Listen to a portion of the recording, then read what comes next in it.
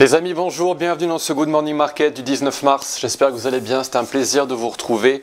Avant de commencer cette vidéo et avant que j'oublie, n'hésitez surtout pas à me poser des questions sur internet, sur les réseaux sociaux. Vous pouvez me trouver sous le nom de Antoine XTB sur Twitter, LinkedIn et Instagram. Alors le S&P 500 hier a bondi de 0,63%, le Nasdaq lui est monté de 0,99%. Ce matin dans les contrats à terme, ces indices sont neutres, moins 0,1% pour le S&P et moins 0,22% pour le Nasdaq. Cette nuit le Nikkei a grimpé de 0,66%.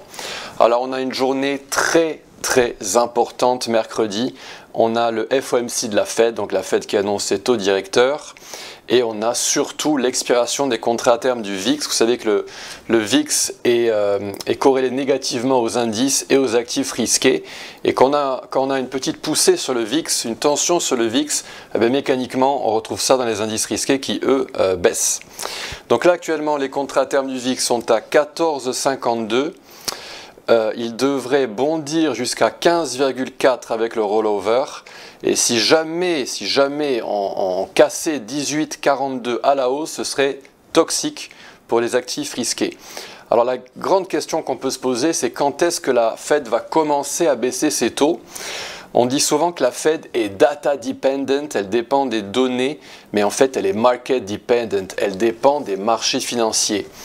Et techniquement, elle n'a pas vraiment de raison de baisser ses taux avec des indices au plus haut historique. Donc, est-ce qu'il ne serait pas en train de repousser l'échéance plusieurs fois? On va voir ce qui va se passer. En tout cas, 55% des gérants sondés par le CME Group s'attendent à une baisse des taux en juin. Et à chaque fois, ce chiffre, il baisse mois par mois et on repousse l'échéance.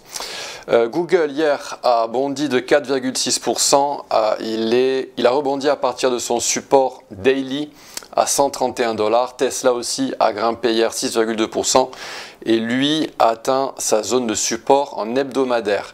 Apple par contre est assez mal en point, il s'oriente vers les 161 $. N'hésitez pas à revisionner la vidéo du 7 mars. Quant à Bitcoin, eh bien, il descend doucement mais sûrement vers notre boîte verte. Pour cela, je vous oriente vers la vidéo du 14 mars concernant Bitcoin. On commence à avoir une petite divergence haussière en période H4. Bon, dans l'ensemble, aujourd'hui, ça devrait être une journée très calme parce que le demain, ça va vraiment être important. Alors, côté calendrier du jour. On a des données intéressantes, mais je dis le marché va être focalisé sur la journée de demain. On a les permis de construire aux États-Unis à 13h30 et les stocks de pétrole à 21h30 venant de l'API pour ceux parmi vous qui tradent le pétrole. Juste un tout petit rappel, n'hésitez vraiment pas à visiter le site du CME Group, il est très bien fait. Et donc voilà où je me source pour avoir mes statistiques concernant les sondages des gérants. Voilà, 55% s'attendent à une baisse de taux le 12 juin. Le 12 juin, c'est dans un petit moment. Un autre site super intéressant, c'est ce site-ci qui vous donne le calendrier des expirations des contrats à terme du VIX. Et donc aujourd'hui, nous sommes le 19, mais demain, on sera le 20 mars et c'est demain qu'expireront ces contrats. Un petit graphique avant de commencer notre analyse du S&P 500. On a battu un record, on bat tout le temps des records, mais là celui-là, le record, il est puissant.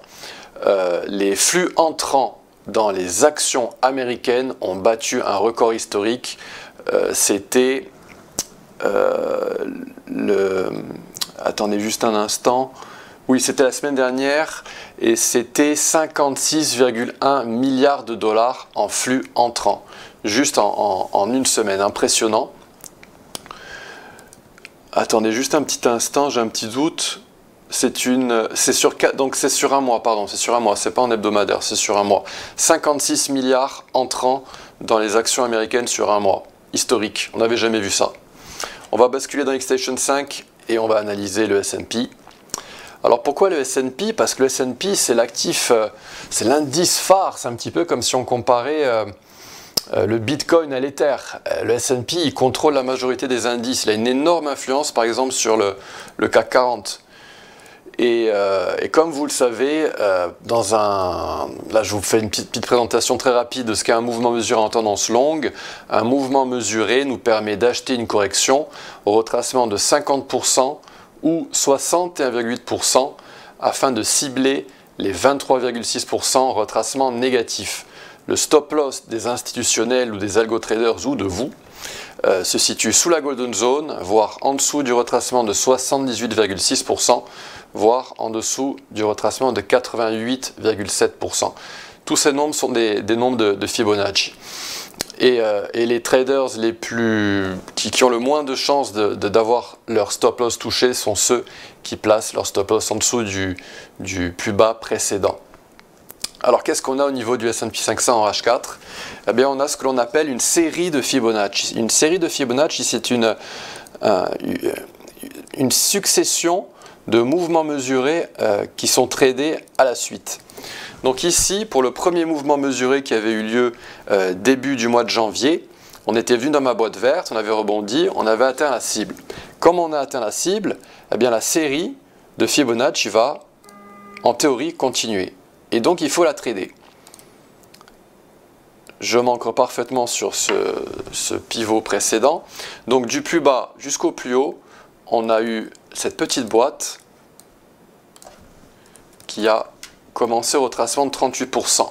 Alors dans un marché haussier, dans un actif, quel que soit l'instrument qui est très haussier, on peut se contenter d'avoir le retracement de 38% qui est touché. Et ça arrive, hein, c'est même assez fréquent dans les indices qui sont très haussiers. Mouvement mesuré numéro 3.